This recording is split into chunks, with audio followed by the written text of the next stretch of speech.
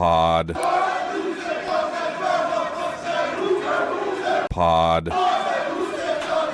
Welcome back to another episode of Say Who, Say Pod. He's Danny O'Neil in a sports coat.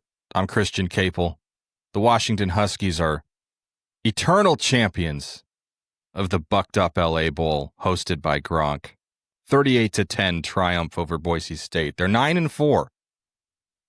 How does that make you feel? Yeah, I think you feel a lot better. I don't care if it's a meaningless bowl game. You feel better coming off of a victory, which actually made me think the one maybe hidden impact of the college football playoff is that more top-ranked teams are going to end the season with a loss now, just because it is a playoff. I think you do end up feeling better after a bowl victory, even if it is in the Bucked Up LA Bowl. And I don't know if being the perpetual champion of the Bucked Up LA Bowl would be quite as nice as being the perpetual champion of the Pac-12. I'm not recognizing the current iteration, but it is nice. I do think it was fundamentally abjectly wrong that Quentin Moore was penalized for an extra hard spike in the Bucked Up LA Bowl. I thought that was messed up. Yeah, the official must not have been informed of who the host was. He was fully locked in on his assignment, and he forgot where he was, I guess. I would also say, if it's called the Bucked Up LA Bowl, like, is there anything that's out of bounds at that point? Like, we're calling it the Bucked Up LA Bowl. We're like, no, we can't have that sort of celebration in the Bucked Up LA Bowl. Hey, respect the game, pal. Oh, God. It should be like NFL Blitz. Yeah, I was thinking about this, and I don't think there's any kind of bowl victory that would have made Notre Dame feel better about getting excluded from the college football playoff. But for a team like Washington that was 8-4, had a decent year, they go into the offseason feeling a lot better about their season, like probably feeling a lot better about themselves and the direction the program's headed and everything, than if they just ended it after a loss to Oregon and the season's over. And so I don't think that feeling is diminished at all by the fact that, look, this clearly was a Boise State team they had outclassed pretty much across the board. They're a good team. That's a good Mountain West team. Champions of the Mountain West 3 years in a row. They were in the playoff last year. Their roster's a little different now. This is not Boise State's best team. They'd already lost 4 games this year. And part of that was due to not having their starting quarterback for, I think, 3 of those. But Washington getting to go down to LA, even on short notice, and have a couple days there, play with almost their full roster. Devin Bryant and Bryce Butler opted out and are in the transfer portal, and we can talk about that. But to go out and win comfortably, play well, feel good about the way they played, send their seniors out with a nice feel-good win, get the championship belt celebration afterward. It has them going into the offseason on a distinctly happier note than if they'd just been done after a loss to their rival. I didn't think the offense played particularly well, and I think you made this point, Christian, as well, and then reference kind of the observed difference between Boise State is one of the very best G5. Do we still call it G5? I guess it's G6. Because you include the Pac-2, which is then going to be the Pac-12. But, I mean, they've won 3 straight championships in their conference. They were in the playoff last year. And you did observe a difference in the level of play. And it did cause me to wonder if we're going to see what it's going to look like, the difference between the top 4 conferences and the rest of that division of college football going forward, and probably makes me more interested in watching how Tulane and James Madison play, because last year Boise State got the bye, they get beat by Penn State, and pretty much everybody says never again does the 4 seeds and buys, top 4 seeds and buys are all going to come from the Power 4 conferences. It did look like there was a gap to me. Well, I can tell you this, when it comes to Seattle area Kia dealers, it's a group of 1. And that one is Chuck Olson Kia of Shoreline. Our good friends at Chuck Olson Kia and Shoreline sponsor today's episode last week's episode, next week's episode. Family owned and operated since 1964. Family owned and operated by a family of University of Washington graduates with a friendly, low-pressure sales staff and a competitively priced selection of vehicles. Go there. Ask for Henry Olson. And if you talk to Henry, tell Henry that Say Who Say Pod sent you. This week's episode of Say Who Say Pod also brought to you by our friends at Husky Mobile. Husky Mobile is partnered directly with UW to offer affordable plans for the Husky community, starting at just $20 a month, with a portion of each cell phone bill going back to help fund UW athletics. Subscribers can also enjoy game day perks like Fast Pass lane, seat upgrades, and giveaways, all while on T-Mobile's nationwide 5G network. Use code ONMontlake at checkout. That's code ONMontlake at checkout to get a month free when transferring your number. Check out GoHuskyMobile.com. GoHuskyMobile.com today to make the switch. Thanks again to our friends at Husky Mobile for supporting today's show. You're right. It was not the cleanest offensive performance for them. In fact, early on, it kind of looked like, is this going to be a defensive struggle a little bit? But you see, kind of what doesn't get talked about when a team has a great defense or plays a great defensive game, is that helps your offense score a lot more points. They don't need to have like this amazing offensive game to put up 38 when you intercept the ball 5 times, when you take the ball away every other possession, when you're dominating field position. That makes playing offense and scoring points a little bit easier. I would also like to say, shout out the interceptions in this game. I mean, some of them were arm punts. There were a couple of ill-advised tosses. There were also a couple of incredible plays that were made. Really, really impressive in watching what they were able to do on the back end of their secondary. And in one case, an incredible showcase for a guy who is entered the transfer portal afterward. And I thought that was an awesome opportunity for him to really show what he can do. Yeah, we would rank Leroy Bryant's leaping interception in the end zone probably number 1 in terms of degree of difficulty of the 5 interceptions. Yeah. That was the best one. Yes, that was him going up and getting that, because it was like a receiver playing the ball. So good for him. I mean, first 2 interceptions of his college career. Like I kind of wrote, as it was happening, you kind of felt like, hey, this is a guy who this could very well be his last game at Washington. There was a time when I'd have thought Leroy Bryant was a big part of the plan at corner going forward. I know I've mentioned probably repeatedly over the last few years, but Kalen DeBoer's coaching staff really thought he was the gem of that DB class they brought in 2023 that had Caleb Presley and Curly Reed, who were both 4-star recruits. Leroy Bryant was the 3-star, but it was kind of a known thing that people around the program really thought he was the best of those 3. And I guess they wound up being right, because he outlasted those other 2, and he's the only one among that group who actually saw real playing time. He started this year as their starting nickel, which, in hindsight, maybe had more to do with Rashawn Clark battling through some injuries during training camp. But, just couldn't really keep up in coverage. He started at nickel, but also played outside corner. Started at outside corner for Takario Davis against Washington State. Had some issues there. Dylan Robinson replaced him. Dylan Robinson pretty quickly became their number 3 corner. And even though they're losing both Takario Davis and Ephesians Prysock, I think it kind of became apparent as the year wore on that while they are very high on Dylan Robinson, I think he steps pretty easily into a starting cornerback job next year. They're probably looking at the portal for their other starter, unless there's one of those young guys they feel really good about. So, I would imagine that was some version of that was communicated to Leroy Bryant, that, hey, if you really see yourself as a starter, you want to play starters reps, that might happen, more likely to be somewhere else than coming back to Washington. So, I give him credit for playing in the game, right? That's another big takeaway. And not to suggest that there's anything wrong with the way Devin Bryant or Bryce Butler handled it. Both opted out and both are headed to the portal.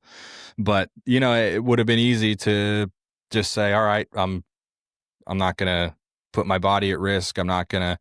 And I think probably a coaching staff understands going into the game that this guy is moving on, and to still give him the platform and give him the opportunity to go play.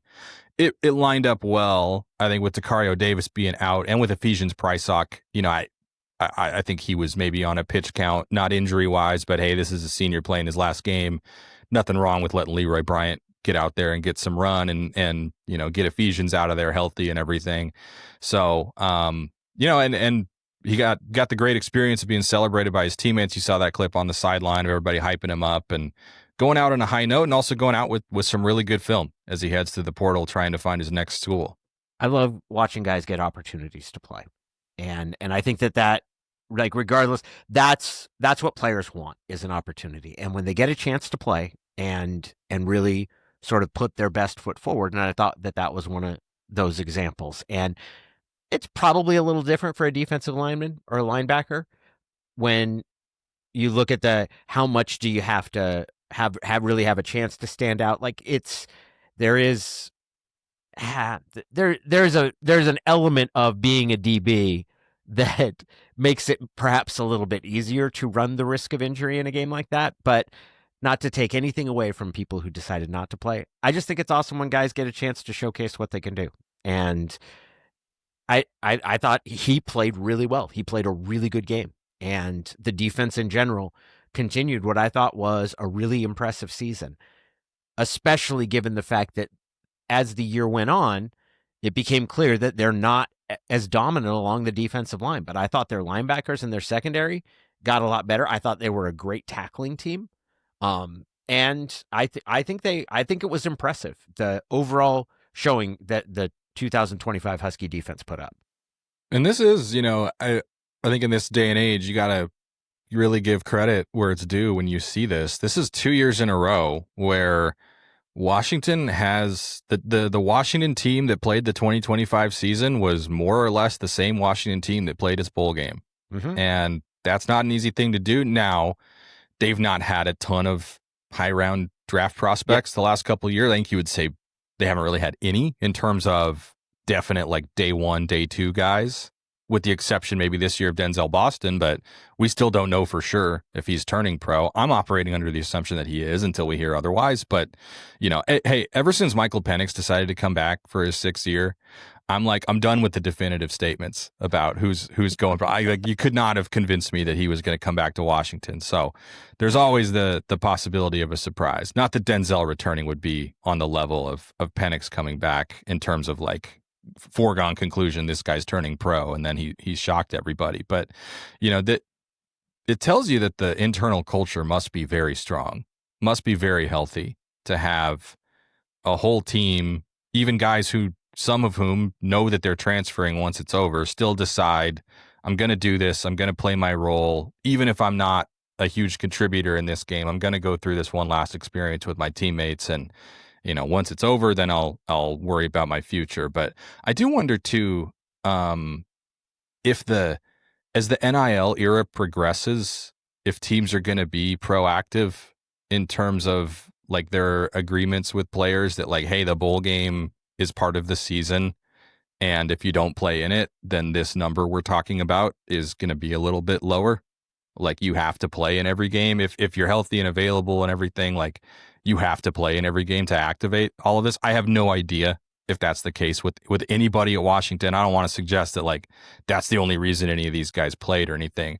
I just, I think that when you see Jonah Coleman not just play, but play through the second half, play obviously not at 100%, Denzel Boston play through whatever lingering effects he might be feeling from that ankle injury. I just think that says a lot about the team and the culture and how bought in these guys are to playing football, focusing on what's in front of them, and valuing the experience of getting to play another football game. It seems like that's a very ingrained thing for them.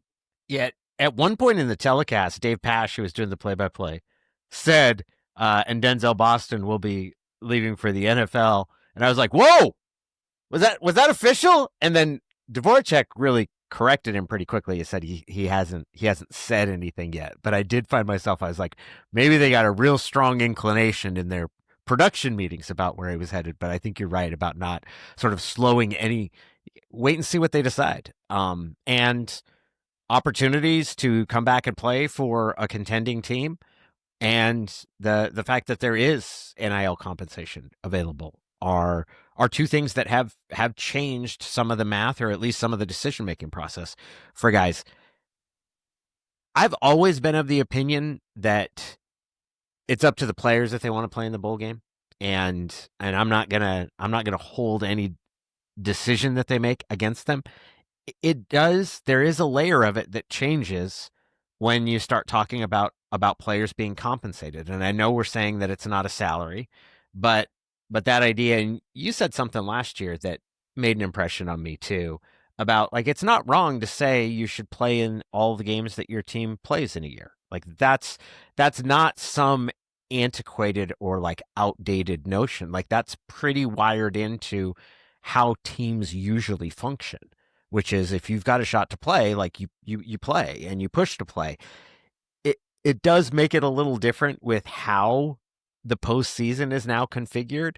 But what I take away from, I think Jedd Fisch takes something that Pete Carroll does very well, which is to make his players want to play and to see games as the reward that is offered for the practice and the things that you want to play because it's fun to play football.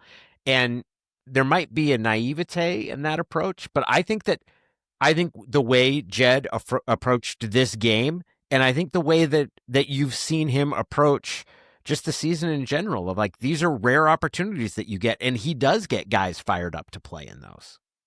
Yeah, no doubt. We talked about it last year, right? With, I think the flashpoint was kind of Cam Ward sitting out the second half of the Pop-Tarts Bowl, besmirching the good name of the Pop-Tarts Bowl, which, by the way, that's one thing I really don't appreciate about this Notre Dame saga, is people who are like, oh, we're supposed to act precious about them turning down the opportunity to play in the Pop-Tarts Bowl, as if the Pop-Tarts Bowl isn't one of the best bowls. What are we doing? It's also, everyone watches the Pop-Tarts Bowl. I would also say this. There's an opportunity this year. It's Georgia Tech. Can't remember, but the other team has a white helmet too. It's like, there sure as hell better be Pop-Tart sprinkles on those helmets. There sure as hell better be sprinkles of the kind you find on the frosted strawberry Pop-Tart that are found upon those helmets. Yeah. Notre Dame, as I'm going to take my ball and go home, has been an interesting look, to say the least, and they don't appear to be too chastened by it. Made some jokes, had a bowling fundraiser. Yeah. You shouldn't take the Pop-Tart Bowl for granted, especially when there's a giant Pop-Tart that gets put in the giant toaster. Yeah. A huge marketing win for, not the first person to say this, but like, it's ostensibly no different than any other bowl game, but they've found a way to make it a spectacle. They found a way for folks to tune in, which, like, I feel like the LA Bowl really tried to do by being a Jimmy Kimmel thing starting out.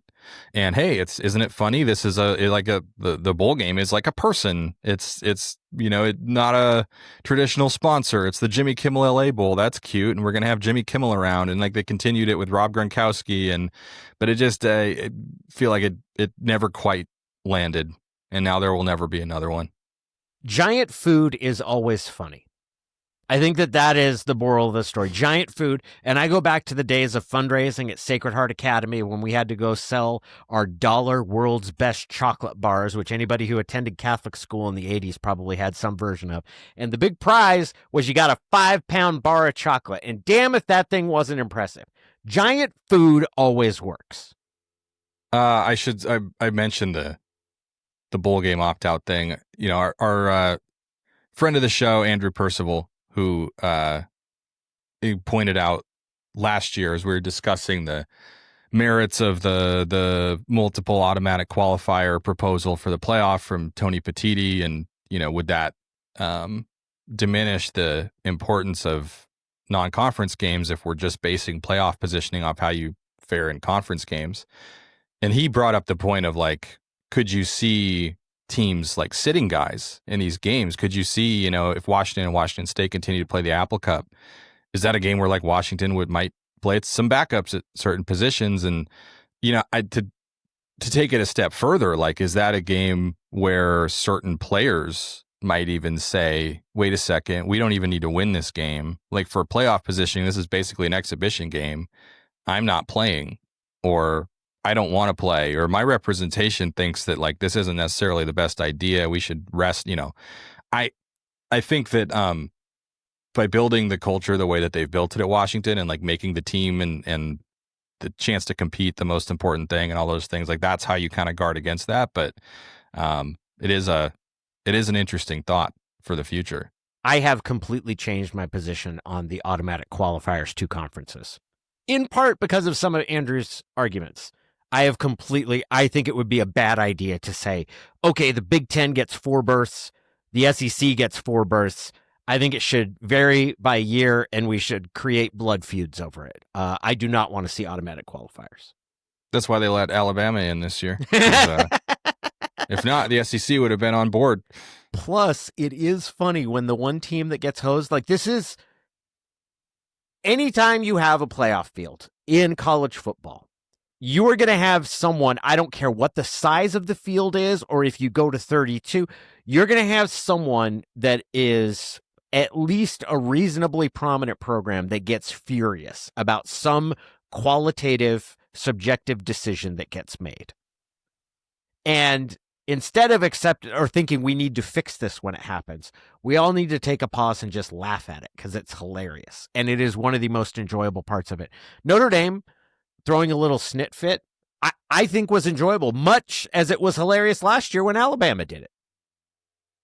So this LA Bowl was a weird experience, because first of all, it's played at inside a spaceship. Yeah. How did the stadium feel? I mean, it felt like walking around before the game. It felt like you're getting ready to cover a college football playoff game. It felt like you're getting ready to cover a conference championship game. Yeah. Because it's a big, yeah. I mean, I'm going to say indoor. Really, it's covered. It's open air because the ends, like way up high above the end zone, the ends are open. So like it gets chilly at night. Whatever the temperature is outside, it's probably a little warmer in there because does have a big like canopy roof over it. But it's not an enclosed indoor stadium. It's just covered. And that's the kind of venue that those big time games are played in. And it's really not the kind of venue that a lot of bowl games are played in, right? And it's cavernous. I think the seating capacity is actually less than Husky Stadium, but it's a massive, massive, massive structure. Very nice, obviously. It's got the, as you walk around the bowels of like a big, like an NBA arena, or something like that. It's got that concourse thing, where there's all sorts of stuff going on at event level and everything. So for that reason, but also because, like, if you just read the message boards and Twitter, you'd have thought that once this game's over, Jedd Fisch is getting on a private plane to Ann Arbor. The way people were, I mean, there were people even suggesting that like it was Jedd Fisch to Michigan was imminent. And so, I'm spending the day kind of trying to talk to people. Have you heard anything? You've heard anything? You've heard, and it just got like no indication whatsoever that this was about to happen. Not necessarily that anybody at Washington would be the first to know that, right? It's not like the coach is turning to his employer with every update if and when he's trying to get another job. But it was just one of those things where like the reality on the ground did not in any way align with the rumor mill. And that's always just a little bit disorienting. So given the chance to address it in his post-game press conference, he didn't give like the most emphatic answer.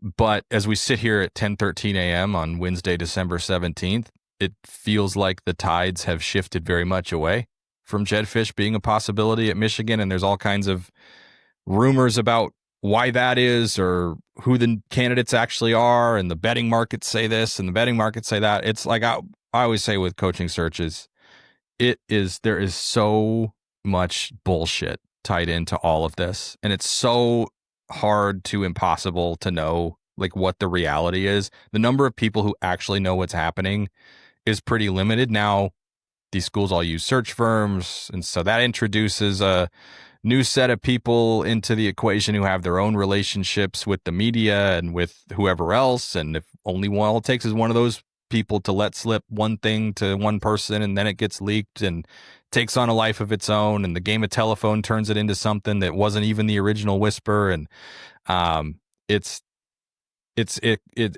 very difficult to try to address a lot of it when the buzz or the noise is not sourced or reported by anybody. It's just like whispers on Twitter. And so I try not to get too wrapped up into that, other than, hey, if such and such is out there, I'm going to like look into it in my own way.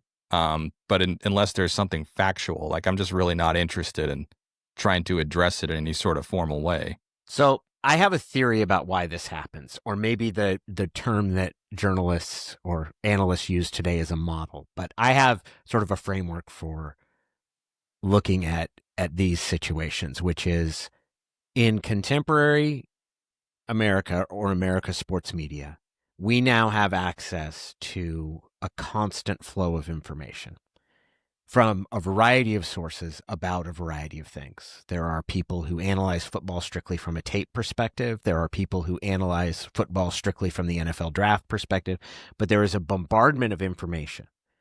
And then when you get these stories where it is a central question that a lot of people have, there is a clear opening at the University of Michigan. Everybody wants to know who's going to go there. The appetite for updates on that specific situation kind of becomes central and focused. Everybody wants to know. But there's a shortage of information.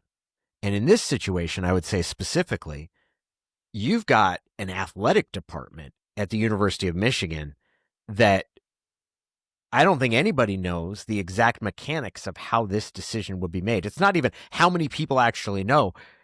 Is the person that's going to hire them even in place? And if he is, how many people is he talking to? Like the potential source of information is incredibly small. And you mentioned there are search firms, there are other avenues, there are coaches, agents, there are things that could give you clues, but then you're dependent upon those people sharing information. And for the most part, those people are going to share information when it serves them or in a way that serves them.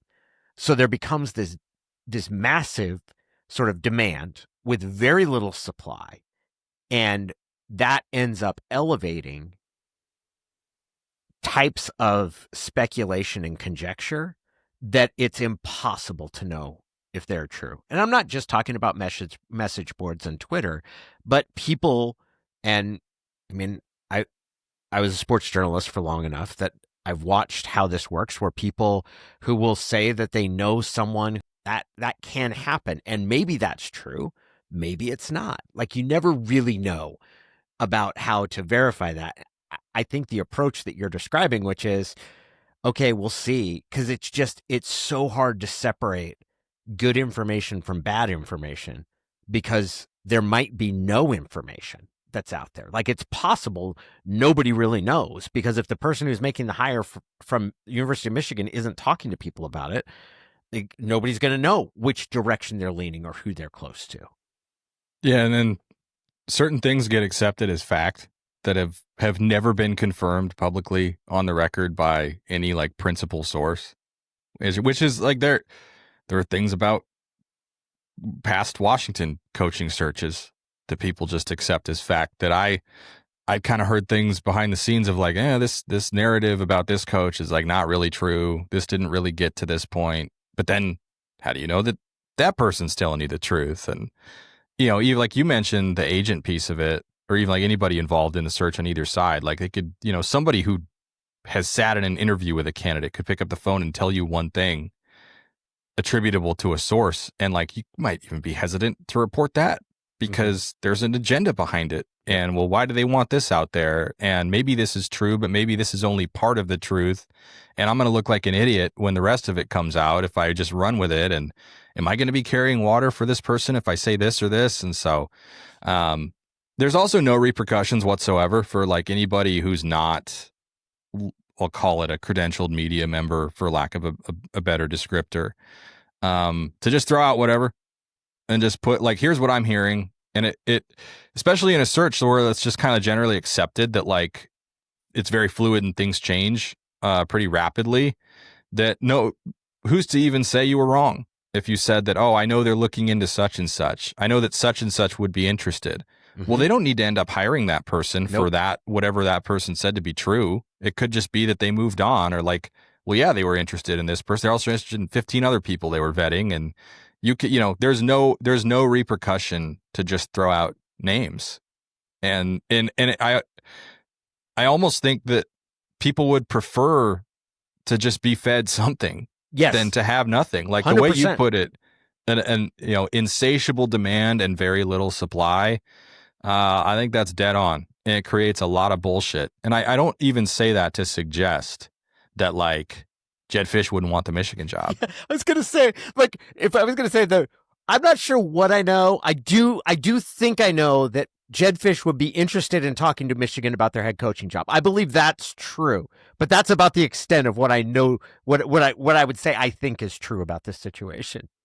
I asked somebody in the last few days, like, hey, do you think the Michigan would be like a kind of dream job for Jedd Fisch? And the response was like, I think it would be for about 90% of coaches. So there's that element, like you said, it's like the Michigan job with a lot more going on than your average coaching search. And so like, that's a consideration. So like, I'm not in any way poo-pooing the idea that like Jedd Fisch would be interested in Michigan if they contacted him. I have no idea if they did. I have no idea if his candidacy ever was a thing, if it still is a thing. Like, I don't know that we should just take as gospel this recent rumor that he's out, right? Like, who really knows? If until Michigan hires its coach, they don't know how deep down their candidate list they're going to have to go. And so it's a lot of guessing and a lot of nonsense out there. If I had to bet money on it, like right this second, I think Jedd Fisch being Washington's coach in 2026 is the smart money. But to sit here and act like I know anything definitively would be silly. I don't think anybody does. Yeah, it's just a strange element of the business. And Chuck Klosterman, he's an author I really like, writes a lot about pop culture, about music. He had a thing, it's probably 15 years ago. It was how to save sports journalism. And one of the observations he made, it was an experiment that they did where sort of they showed two groups of people, a picture that was mostly obscured, but then they would like clarify parts of the picture, like so almost like a puzzle being put into place. And one group got more frequent updates. So like 4 of the 64 squares in this picture would be clarified, and then 8 would be clarified. And the other group, it was on longer increments. So it would be at first none of them, then 8 of them, then 16 of them. So you were getting less frequent updates. And what was interesting is that the people that got the less frequent updates were able to guess or project what the actual image is quicker than the people who got more updates, which is interesting because you would assume that it would be the opposite. You would assume that the more information you got at regular intervals would allow you to sort of refine what you're seeing more. But that's not actually how the human brain works. And the reason I bring that up is because he was making this point of more constant flow of information can actually give you less of an idea about what is actually happening, because you can get fixated or thrown into, here's this group of people that say Jedd Fisch has been eliminated. So you're like, okay, that door's closed. Well, is it really? Or is that just a piece of information that we were revealed that wasn't even necessarily germane? That the more information that you get, it kind of becomes more cluttered in your head, which I think is very interesting. If you would just say, okay, on the Wednesday, Sharon Moore was fired. We know that there's going to be a head coach for the University of Michigan put in place, if you would say 2 weeks from now. And we're probably not going to know much before those 2 weeks are up. Everything that is said in the next 5 days about potential candidates is probably has very little bearing on who is actually going to end up getting this job, because nobody knows right now. A practical example of that would be like, let's say a school interviews 8 candidates, 12 candidates for a job. And the agent for one of those candidates, or somebody close to one of those candidates, or one of those candidates themselves, tells a media member, hey, from a source, I interviewed for this job, or hey, from a source, my client so-and-so interviewed for this job. And that gets reported. And that's the only candidate interview that gets reported, or that's the only like initial interest candidate that gets reported for a day, let's say. That person probably skyrockets to the top of the Kalshi or Poly Market betting odds. Maybe if the hiring committee, search firm, AD, whoever had to rank the candidates, maybe they're 8 out of 8. Maybe it's a courtesy interview. Maybe it's like, this is just due diligence, and like, this is not really someone we're planning to hire. But like, that's the only name that's out there now. And so people attach to that and discuss that. And if you'd waited a few days to like get a fuller picture, that would have never happened. So it kind of like goes to your point about the Klosterman thing. I'll say too, like, if you want an example for like how to nail coaching search coverage, like go read how John Canzano covered the Oregon State's search. Mm-hmm. Was all over it with facts. Here's who's on the committee. Here's who interviewed. Not just who they're interested in, but like logistical details of where interviews happened. And he just nailed that search, did a really, really good job on that search. And so that's an example of like someone who is actually really tied in and has good sources. And, you still have to, as he did, I'm sure writing that, still have to weigh, why is this person telling me this? And what's the agenda here? And that's with all reporting all the time. I will, like, for those who maybe don't like follow this stuff as closely as we do, there's certain tells and certain reporters who, for example, when Pete Thamel tweets that so-and-so school is zeroing in on a target, mm-hmm. or so-and-so has like narrowed their search to whatever, that means it's over, and that's the guy. And that they can't say that he's been hired yet because like the contract hasn't literally been signed. So it's not done, but it's done. That's not a guess. That's either the coach's agent, the coach himself, or the athletic director, someone with the most direct knowledge. And like that essentially functions as an official announcement. That is, hey, we're done with our search. We're confident we've got our guy. We are comfortable with the public knowing.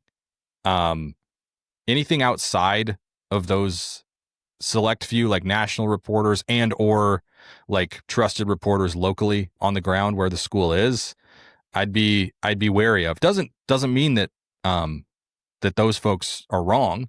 It's always possible for someone else to have information, certainly.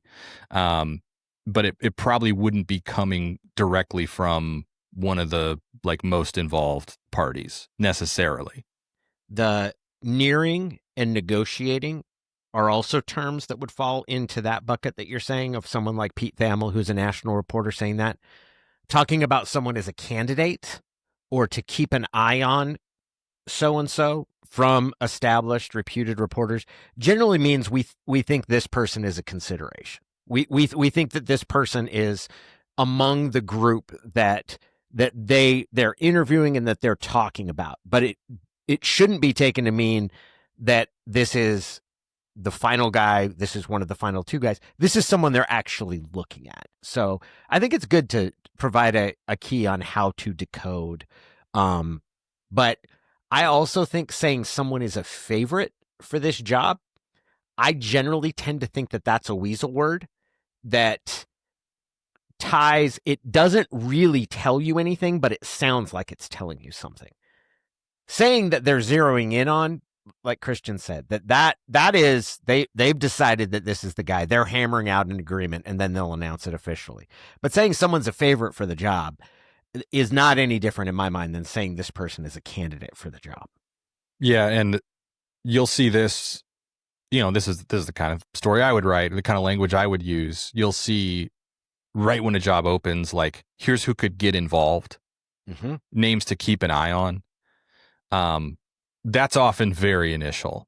And often you'll see like many names. And so like anytime you see like many names thrown out, that's hey, I'm using my expertise as a reporter who follows these things to like give you the best sketch I can of the profile of this job and the type of candidate that I think. And that could also be informed by other conversations you've had and just background knowledge you have about certain coaches who might favor a certain job or the kind of candidate that might fit best at a school based on who the AD is and what their priorities have been historically. But that's more of like an informed projection of my opinion than it is like the more names involved, the less precise the reporting, I guess, is the general takeaway. Yeah. Who could get involved is, given what I know, here are a list of people that I think would make sense for this job or that I think have an interest in this job and could be reciprocal, or I know that these people that's the kind of guy that they have a positive impression of this individual. Like, these are people that make sense. IP could get involved with this podcast. IP could absolutely get involved, although at the risk of talking out of school, IP was not aware as of Sunday that Washington State had a new head coach, which I thought was quite funny. That's right. Kirby Moore, huh? I was like, Ian, this happened on Friday. And he was like, it did?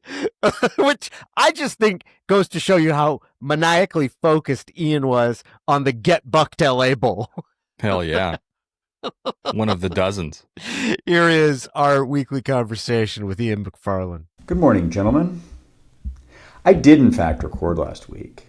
I just didn't send it to you.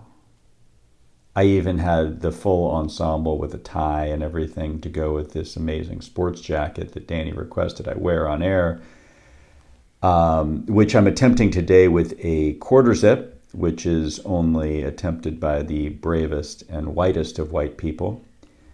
But I'll be taking it off shortly because that's an insane thing to have on your body. Saturday night's game was boring. I think Boise is really bad because Washington didn't look great, but nice to see the 24 people in attendance and the Say Who Say Pod listeners. You guys always show out. I have a two-part question this week. The first assumes that you're not going to test how little people want to spend time with their families and put out an episode on Christmas Day. And also assumes that Jedd Fisch is the coach of the University of Washington next year, which timestamp, but I'm recording this on Tuesday the 16th.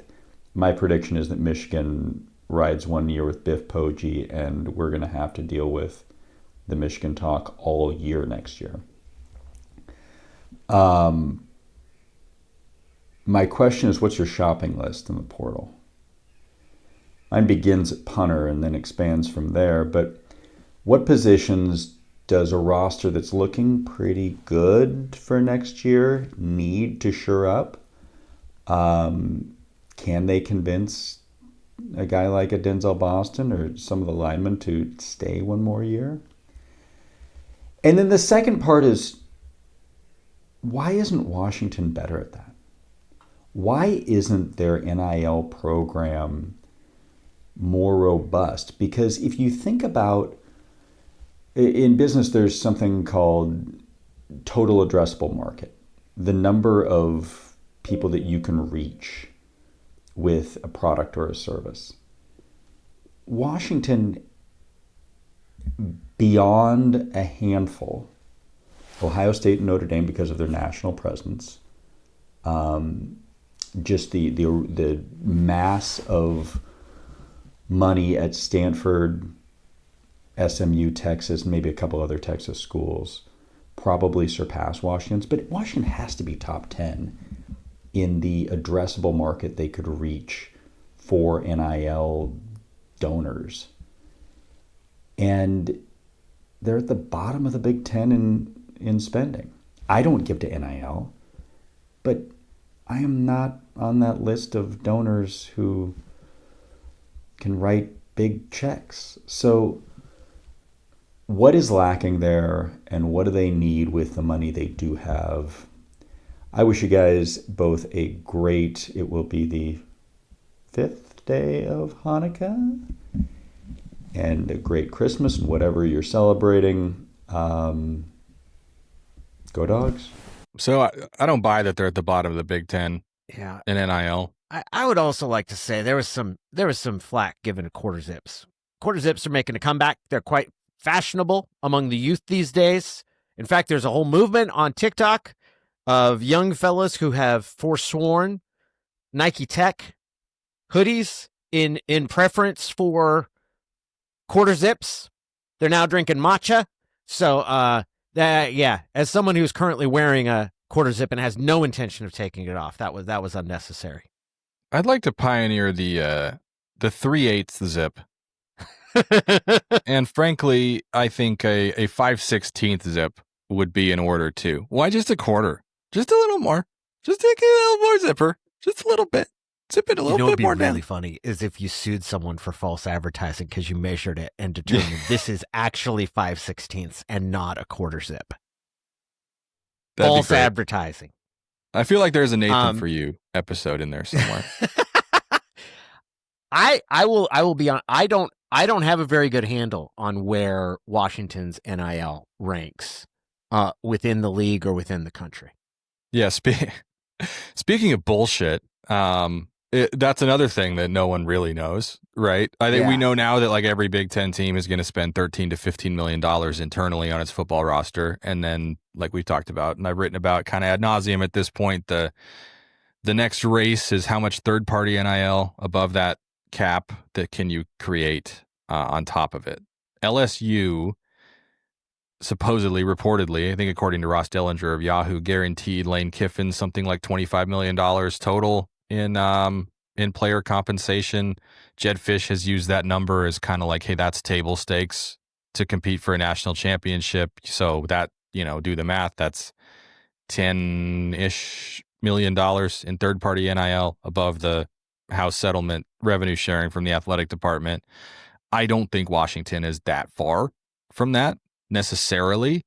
I think what you're seeing is schools leveraging their corporate partners that way. And so the Learfields, the Adidas, the apparel companies, like we talked about, Adidas is building NIL guarantees into its deals with, I think, Penn State and Tennessee were the most recent ones. Washington is an Adidas school. I would imagine there's probably some action around that at UW as well. So I don't know that they're super poorly positioned within the Big Ten. It's a fair bet to say they'll never be where Ohio State is, where Michigan is, where Oregon is. Some schools have more money than others. I don't think they're toward the bottom. But that's another part of this business of college football game where like there's no transparency around any of that. There's really no way to know. As for portal needs, interior defensive line is probably number 1, 2, and 3. Yeah, at that's this point. exactly what I was going to say. Give me some big hosses in the middle of the defensive line, especially with Bryce Butler going in the portal. If you assume for now, which I think is fair, that you can't count on Javon or Armon Parker being healthy and contributing next year, they basically return one guy on the interior, one true interior D lineman who's played, and that's Alenius Davis, who's looked good, and I've really liked Alenius Davis. Yeah, and it's just him because Taitai Uyunglele, Ontario Thompson, Logan Sagapalu, Samote Pepa, both of whom didn't really play a ton this year because they were kind of the traditional nose tackle, play them in a 5-man front type D lineman, and they didn't really use a ton of those. And now Bryce Butler headed to the portal. So I thought Bryce Butler got a lot better throughout the year. He's listed at 6'5", 320. I mean, that's the size and length they'd love to have on the interior. I don't know like what the staff's opinion was, true honest opinion was of his performance. I know PFF liked him. as a run defender. He played a lot. He was part of the rotation. If they need 2 or 3 guys in the portal, are they going to find 2 or 3 guys better than Bryce Butler? So then that's where the funds become a bit of an issue, because that is truly like a highest bidder position. That's, outside of quarterback, might be the most valuable position in the portal, like a big time defensive tackle. First of all, there's just not going to be that many of them. And the ones there are, look, like Bear Alexander left Georgia and USC got him. And it didn't really work out at USC. He left USC and Oregon got him. Mm-hmm. And so those are the kind of checkbooks you're competing against for someone of Bear Alexander's pedigree. And certainly like anybody who's been productive at the FBS level, at the Power 4 level especially, it's going to come at a premium. And so it's a matter of, do you want to look, we'll spend whatever portion of the budget we've set aside for transfer portal. We'll spend whatever it takes to get the very best D-tackle prospect who's interested in Washington. Is it, look, you need 3 of them. You need at least 2. You probably need 3 of them now. And so you're not going to go crazy paying the very best one if it's going to take, over $1 million or whatever. You're going to be a little more savvy and make sure that you can get 3 really solid guys, 2 really solid guys. You also probably want a starting corner, or at least a veteran corner, to compete there. Ian mentioned punter. I think that's fair based on the way the coaching staff has spoken about the punting game this year and the results. Denzel Boston goes. Do you feel like you need a bigger body veteran receiver? They signed, Jordan Clay from Baylor. He can kind of be that guy. Do you want to rely on a true freshman to be that guy? I think we're to the point where it's just about talent accumulation and play the best guys. Jedd Fisch has made that very clear over the last couple of years. And then on the D-line too, how many of the 2026 guys they just signed are they going to rely on there? Derek Coleman-Bruce is going to start out as an edge rusher, but they feel like he's someone who could play on the interior. Ta'a Malu is that kind of prospect, but he's probably a little more raw, a little more developmental. I don't know that that's someone you're relying on to play in year one. I think Tufanua Ionatana Umukais is that guy.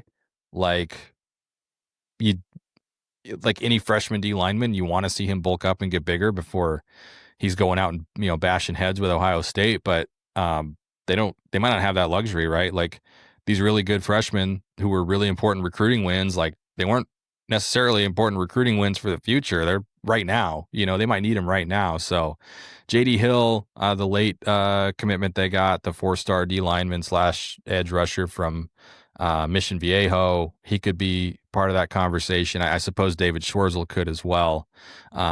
Maybe a little bit more of a tweener as far as, is he an edge rusher? Is he an interior guy? Could he do both? So they've got some nice young players, but that's a position where you need veteran depth. And they went out and got that last year, right? With Uyunglele, with Ontario Thompson, and with Samote Pepa. So this might be another year where they got to go get another 3, and that is the hardest position to do that at. So that's the priority. If you can't get the big X receiver type that you want, if Denzel Boston leaves, because you spent money on getting 3 solid D tackles, I think that's a sacrifice you got to be okay with. 100%.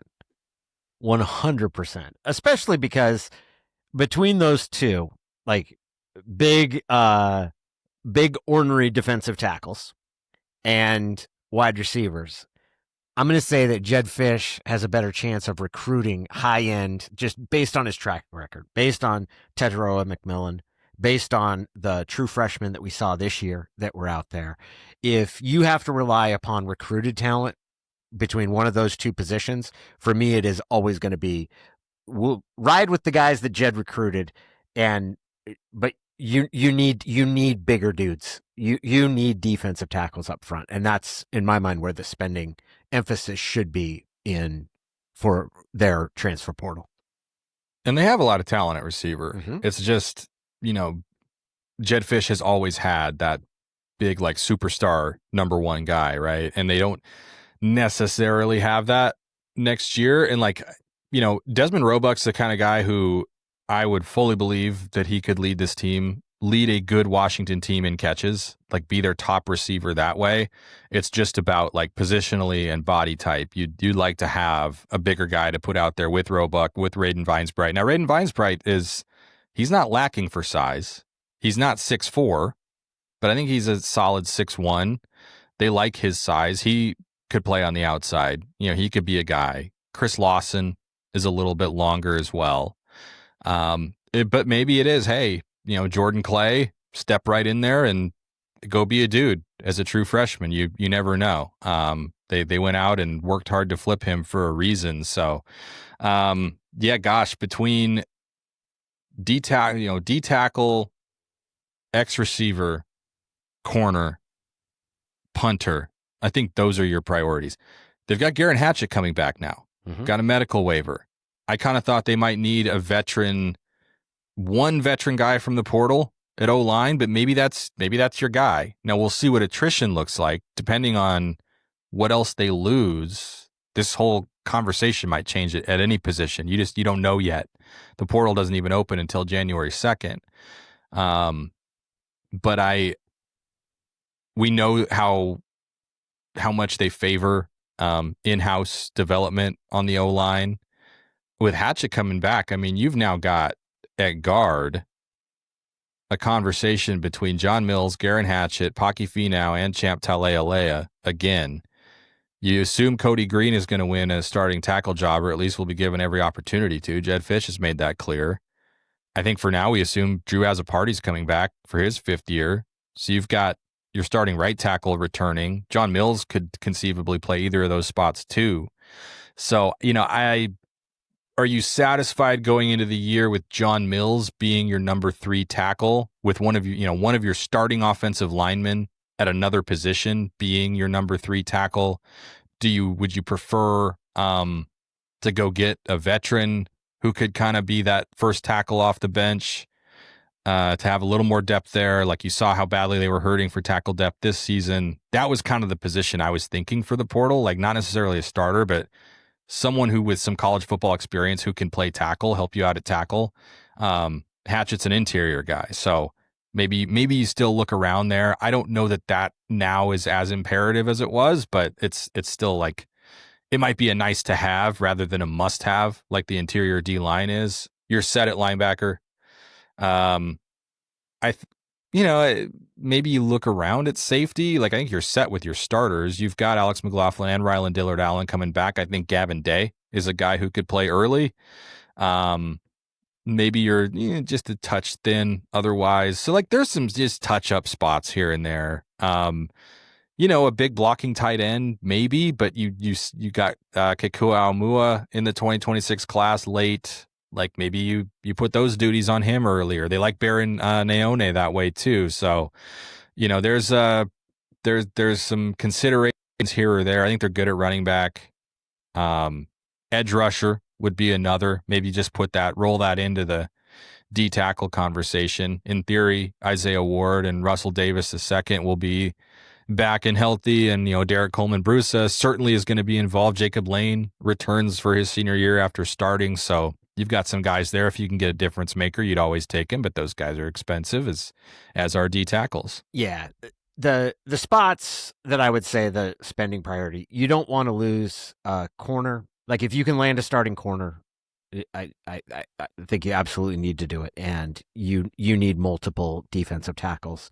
And the rest, I would say the next priorities would be offensive lineman, a tackle with some college experience, and then defensive end. If you're running through like sort of where are the opportunities or things that you would checking off a box needs, but the priorities, the things that you have to do. I do think you need a starting caliber corner.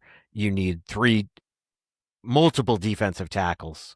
And then after that you would get to offensive tackle, defensive end, and punter.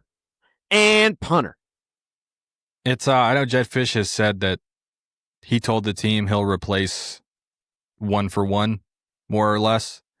That he'll only go in the portal for guys who leave. Right? If you guy who leaves, you'll go in the portal to replace him, and otherwise wants to build it from high school, doesn't plan to like recruit over guys from the portal. I think the goal is to recruit over everybody from your next high school class and bring in better and better and better and better talent. Yeah, he lives by the NFL axiom. I think he told the team right when he got to Washington, his very first year, like, your job is to make yourself irreplaceable. Our job as a coaching staff is to find someone to replace you. And like that's the ultimate battle every single day for an NFL player. That's how it increasingly has become at pretty much every college program as well. So, and like maybe the unspoken part of that is that most guys still who go in the portal are told to, right? Yeah. Or they go because it's strongly implied that like, if your goal is to be a starting college football player, that's not going to happen here. Yeah. When you're saying that, so this was the train of thought I had. In the NFL, you'll have it. I don't know if I would say it's frequently. No, it frequently happens where you'll have a veteran who becomes older and expensive, and a team will let him go in free agency, even though they know they're taking a step back in terms of talent because the younger player they have is significantly cheaper and is still improving.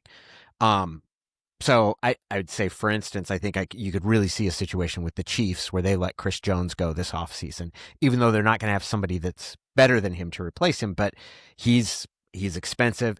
I don't know if we'll ever get to a point where you see that in college football, where a school is like, yeah, man, this linebacker's one of our best players on defense, but the guy below him is pretty good and he's getting better, and we're going to take the money that we had been paying to the big name linebacker and move it to somewhere else. Like, that would be the ultimate NFL thing.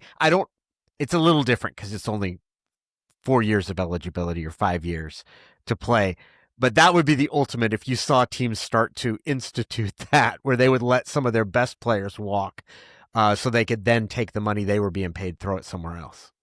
I think where that the college version of that so far is good player comes to coaching staff, good player who you'd like to still have on your team comes to coaching staff and says, I am worth more than you're paying me. I need to be paid more. Mm-hmm. And it's not that you don't have the money to pay him. It's that you don't think he is worth what he's asking for. And like you said, maybe the next best guy at his position is good enough that you're like, we'd love to have you, but if that's how you feel, you should transfer. Oh. And so you're okay with that player going because he's not worth paying for. He's not worth paying that much. If it's Michael Penix, you pay him. Yeah. You find the money, right? Like if it's Damon Williams, you pay him. You find the money. It reminds me too of like I did a story on Matt Doherty, their senior director of player personnel, who runs their personnel department. And he mentioned that like education on especially related to the house settlement revenue sharing stuff, education is a piece of his job now, where he's like, look, it's not like the collective days where you could always at least try to go out and raise more. He's like, we have to help these guys understand that every dollar we give you is a dollar we cannot give to somebody else. Every dollar we spend on your position is a dollar we can't spend getting better somewhere else. And that's not always the simplest conversation with 18 to 22-year-olds. Oh, it doesn't get any easy when they're 23, 24 and in the NFL. No. Like, that's like, good luck selling that, man. But it's true, right? It is true. In those situations, I have not found, in my experience covering the league, truthful discussions of that have not tended to be the most effective way to get guys to not want more. Not everybody can be Tom Brady. Yeah, you can pay me whatever. I'm set. I think old Tom Brady's NIL took care of the compensation piece. So I'm trying to think. So do you think that's happening? The scenario you said where a guy comes and says, hey, I think I'm worth X. And the school says, well, I just don't like, is that maybe what happened with Dylan Gabriel at Oklahoma? And that's how he ends up at Oregon? No, I think Oklahoma bet on Jackson Arnold. I think they were like, we have our young guy. I want to say I read something that was maybe even like understood by both parties going into the season. That Dylan Gabriel had 1 year there? They're like, hey, we're moving on. Dang. Maybe. I don't want to speak out of turn there. How did that one work out? It came, I know that by the time he entered the portal, it was not a surprise. It was like, everybody knew he was, which... Yeah, like this is it for Dylan Gabriel at Oklahoma because they're going with Jackson Arnold, and then that didn't work out at all either. Then the next year, it was kind of like when Mike Glennon was left at NC State and Russell Wilson's playing at Wisconsin. You're like, what? You had him. Why'd you let him go for this guy? For this? But I think that's definitely a thing. Now, where you're going to... especially with this becoming a little more formalized with revenue share, where it is going to be interesting is like, yeah, a guy who's a junior who you paid big money because he's a stud and you need him. He's one of your best players. And maybe he didn't have the junior year you thought he would. Maybe he regressed a little bit. Maybe he hasn't been the most positive influence in your locker room. And another guy at his position is really, really, really good. And he's on a multi-year deal at a lot less money. And so you can get at least one more season out of that guy for way less than you're paying this guy. I don't know if it's a straight, like, you should transfer. We're going to play this other guy who's not quite as good as you, but is going to be a way better value for us. I don't know if we're to the point where you flat out tell that starter you should leave. I think what you do is you say, we're not going to pay you as much money next year. If you want to play here, here's what we're paying you. And that is your way of pushing him into the portal.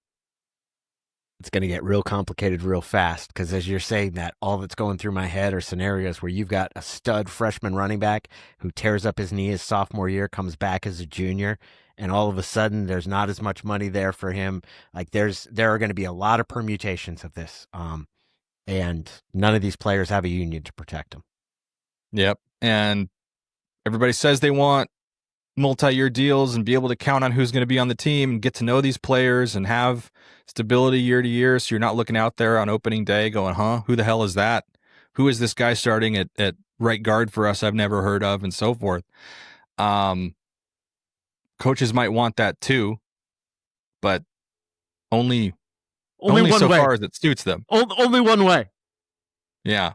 Now when it's a multi-year deal, but the guy you just committed a bunch of money to is out for the season with an injury, like, we need you to take a little less because every dollar we pay to you is the dollar we can't pay elsewhere, and it's just we've got to recognize the reality.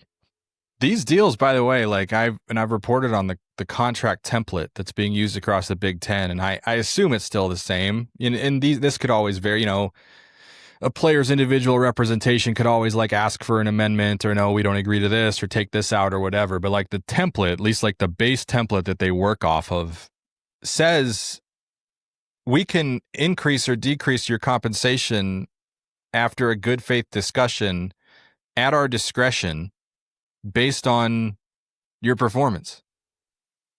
So I think that's their way of like, hey, if we commit $1 million to a quarterback, but the backup's better and beats you out and you get benched, yeah, we ain't paying you $1 million. Mm-hmm. So like I don't see any way there won't be lawsuits over that somewhere at some point, right? Yeah, there's going to be a ton of lawsuits. But remember, they're not employees. Correct. These are NIL licensing agreements. Yeah.